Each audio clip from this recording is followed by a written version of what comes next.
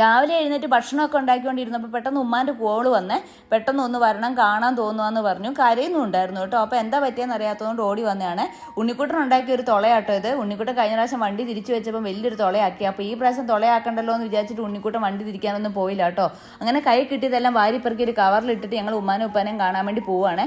പ്രായമായവരാട്ടോ ഉമ്മയും ഉപ്പയും. അപ്പം പെട്ടെന്ന് വരണം, കാണണം എന്ന് പറഞ്ഞ് വിളിച്ചപ്പോൾ എന്താണെന്ന് അറിയില്ലാത്തതുകൊണ്ട് ഞങ്ങളും വളരെ സ്പീഡിൽ പോവാട്ടോ. ഡ്രസ്സ് പോലും മാറിയിട്ടില്ല. ചോറും കറിയൊക്കെ വീട്ടിൽ വെച്ചിട്ടുണ്ടായിരുന്നു കേട്ടോ. അതെല്ലാം കൂടെ ആക്കി പെറുക്കി മാറ്റി വെച്ചിട്ട് ഓടി വന്നതാണ്. അങ്ങനെ ഞങ്ങൾ പോണ വഴിക്കുന്ന ഭക്ഷണം കഴിക്കാമെന്ന് വിചാരിച്ചൊരു കടയിൽ കയറിയേ.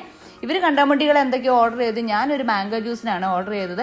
ഇവരെനിക്ക് സ്നേഹം കൊണ്ടൊന്നും അല്ല കേട്ടോ ഇത് തരുന്നത്. എനിക്ക് കൊതി കിട്ടാതിരിക്കാൻ വേണ്ടിയിട്ട് ഇവർ തരുന്ന കേട്ടോ. രണ്ടുപേരും കുറേശ്ശെ തന്നതാണ്. ഞാൻ പണ്ടൊരു മാംഗോ ജ്യൂസ് കുടിച്ചിട്ട് പിടുത്തം വിട്ട് ഓട്ടോറിക്ഷ വിളിച്ച് വീട്ടിൽ പോയൊരു ചരിത്രം ഉണ്ടായിരുന്നു കേട്ടോ. ഒരു ഇൻ്റർവ്യൂവിന് പോയതായിരുന്നു. ഇൻ്റർവ്യൂ ഒന്നും അറ്റൻഡ് ചെയ്യാൻ പറ്റത്തില്ലായിരുന്നേ. അത്രയും പിടുത്തം വിട്ട് പോയിട്ടുണ്ടായിരുന്നു കേട്ടോ.